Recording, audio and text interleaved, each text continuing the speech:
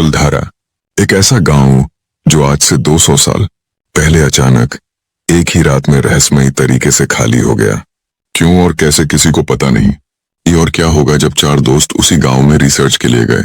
ये उनके साथ क्या हुआ जानने के लिए सुनिए इस दिल दहला देने वाली कहानी को।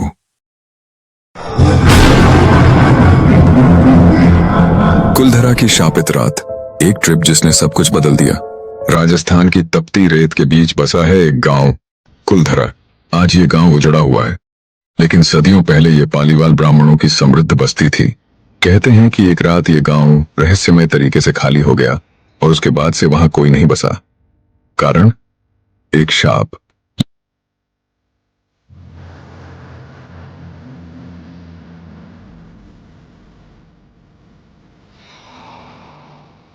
लेकिन आज की कहानी उस ऐतिहासिक घटना से नहीं, बल्कि 4 दोस्तों की एक रियल ट्रिप से जुड़ी है, जिसमें अदिति, रोहित, संकेत और मायरा ने असल में मौत को करीब से महसूस किया। अदिति, रोहित, संकेत और मायरा दिल्ली के एक कॉलेज में पढ़ते थे।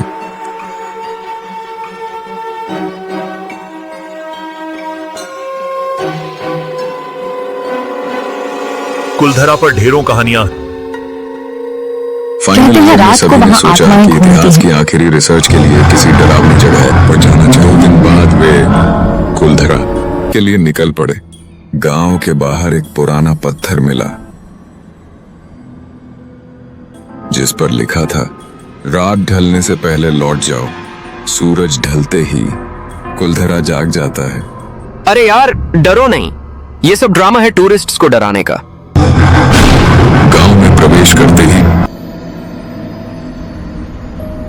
गांव में प्रवेश करते ही वीरानी की सन्नाटी ने सबका स्वागत किया।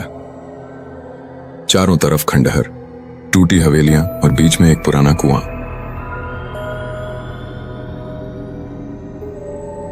ये जगह बेहद अजीब है, बिल्कुल सुनसान। ये वीडियो तो वायरल हो जाएगी। जैसे ही सूरज ढला, हवा ठंडी और भारी हो गई। आसपास के खंडहर जैसे अचानक जिंदा हो उठे।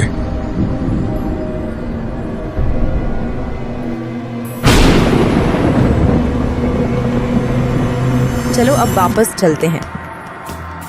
अभी तो शुरुआत है, रोहित बोला और सबको मंदिर की ओर ले गया। वो मंदिर जहां कहते हैं कि पालीवालों ने जाते समय अंतिम पूजा की थी। अंदर अजीब सी गंध थी।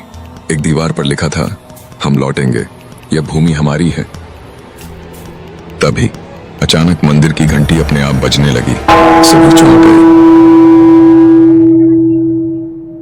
ये घंटी किसने बजाई? यहाँ कोई नहीं है।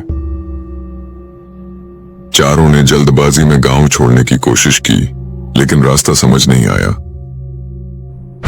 दौड़ लगाकर सब बाहर भागे और गांव से निकलने लगे। लेकिन अफसोस, वह कुलधारा की इस भूल भुलिया से बाहर नहीं निकल पाए। थक हार कर वह वहीं विश्राम करने लगे। अब मौसम बिल्कुल शांत था। आराम करने के थोड़ी देर बाद रात के इस अंधकार में मायरा ने दूर कहीं एक हवेली देखी। उसने कहा, चलो गाइस, वहां कुछ है जहां हम रात बिता सकते हैं। आदिति, संकेत और रोहित ने मना किया, लेकिन मायरा के जिद के आगे तीनों ने हार मान ली। रोहित ने कहा, ठीक है दोस्तों, वैसे भी अब बहुत थक चुके हैं, शायद वहां पर रुकने की व्यवस्था हो। बाहर से उन्होंने उस खंडहर हवेली को देखा। रात के इस घने अंधकार में उन्हें हवेली को देखने जो भय प्रतीत हो रहा था, वह शब्दों में कहना संभव नहीं है। हवेली भी जाने अपनी दोनों आंखों से उन्हें ही देख रही थी। फिर वो सभी हवेली के अंदर पहुंचे। उन्हें नहीं पता था कि आगे अब उनके साथ जो होगा वो कल्पना से परे था। उन सभी को अंदर आते वक्त हवेली की एक चोटी पर बैठी एक रहस्यमयी शक्ति उन्हीं को देख रही थी। खैर, अब वो सभी अंदर आ चुके थे और सभी मंदिर की बात को लेकर डरे हुए थे कि अचानक हवा का शोर हुआ और उसके साथ एक अत्यंत असहनीय दुर्गंध और पायल की आवाज आने लगी थी, जो कि अब धीरे धीरे तेज हो रही थी। ऐसा लग रहा था जैसे कोई धीरे उनके पास आ रहा हो। वह चारों भागे, लेकिन दरवाजा बंद हो चुका था। और तभी रोहित ने देखा संकेत गायब हो गया। संकेत एक चीख के साथ चिल्लाया। तीनों ने देखा तो कोई संकेत को घसीटते हुए ले जा रहा था। वह अत्यंत भयानक था। संकेत चिल्लाता रहा कि अचानक उसकी आवाज आना बंद हो गई, कि अचानक रोहित ने दरवाजा खोल दिया। वो तीनों बाहर भागे, लेकिन अदिति बाहर निकल पाती उससे पहले दरवाजा फिर एक बार बंद हो गया था। रोहित मायरा ने बाहर से दरवाजा धकाने की बहुत कोशिश की, लेकिन दरवाजा नहीं खुला। अचानक अंदर से एक चीख के साथ सब कुछ शांत हो गया। सुबह होने को थी। वो दोनों वहां से भागे और भागते भागते सुबह हो गई और फिर एकदम से सब कुछ शांत हो गया। कुछ ही समय में वो रास्ते पर जा पहुंचे और फिर वो वापस घर लौट आए। रोहित और मायरा ने आपस में शादी कर थी। आज इस घटना को पूरे 19 साल हो गए, लेकिन आज भी उन्हें लगता है जैसे कल की ही बात हो। 20 साल बाद अचानक रोहित ने कांच में उसी रहस्यमयी शक्ति को देखा। वो अब उनके घर में आ चुका था।